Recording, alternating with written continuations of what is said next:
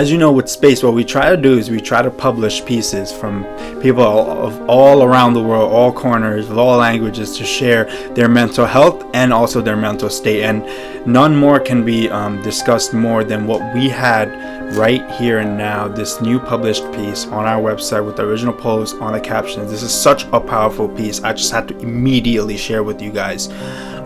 It's called Two Sides of a Coin, and it starts with this. It's very short. It goes, people want to ask me what is wrong. People want to come to my aid, but people do not know that I am not sick. I am not ill.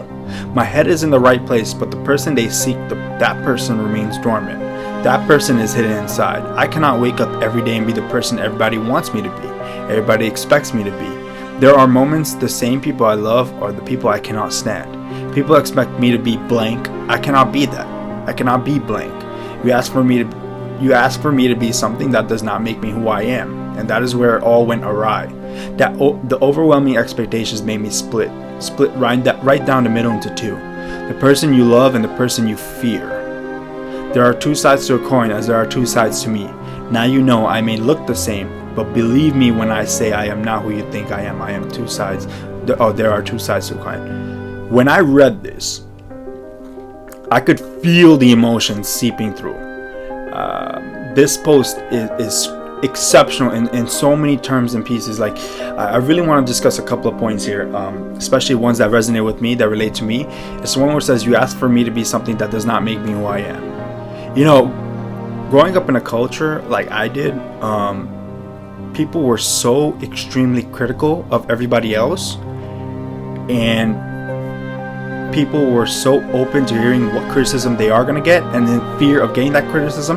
For example, you're going to have a certain type of hairstyle, you're going to wear a certain type of fashion style, and it had nothing to do with your character. And I'm not even talking about extreme or what people consider extreme, like wear tattoos or a mohawk. I'm talking about a regular fade. If anybody knows what that is, a fade. And that was seen as unacceptable.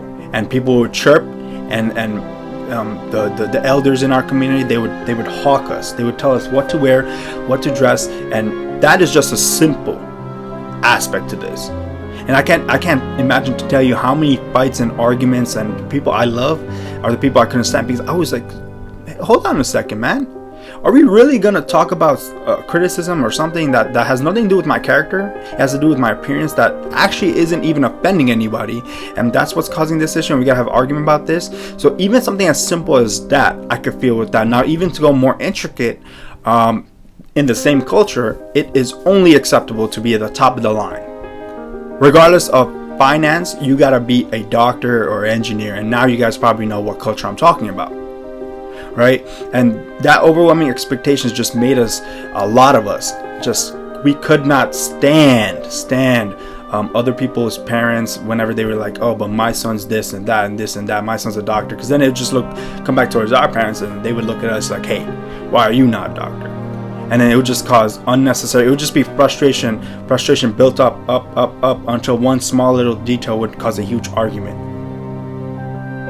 So when I read this is how I took that piece. Now you guys might read it and take it a different way, but I know what they're talking about exactly when they say the overwhelming expectations made me split. Right? Because I see a ton of people in my culture who just can't stand it anymore. And they lash out and they go completely in a different path. You know, not a bad path, but they go completely in a different path, and then they completely change the way they parent, because now their kids are like, they give them enough freedom and stability to choose their own path. You know, it's so important. You know, parents, I owe them so much respect, but it's so important for mental health for a parent not to hawk or helicopter them, because then they feel overwhelmed, over-exaggerated. And I can tell you that from personal experience. You know, and it's not right under any circumstances to tell them how to dress, how to wear their haircut, stuff like that, unless it's very offensive. Other than that, it's not, because then they start building up this character like, hey, I don't have control of my life. Who is this person telling me what to do? They're supposed to be looking out for my future decisions to make me go the right path. But my hair, my clothes, my career path almost never has anything to do with that. Real career path does, but I'm talking about like if you say you want to be like an engineer instead of a doctor, and then they get offended.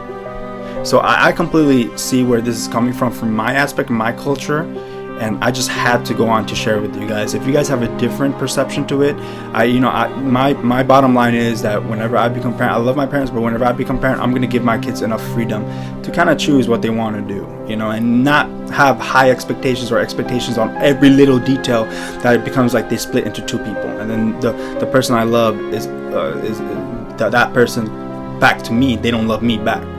You know what I mean? So read it. The post is under comments in the caption. Read it and let me know what you guys saw from this. Now, thank you to our courageous publishers, our writers, and we hope we could continue publishing these stories and telling our sides to it. Thank you so much.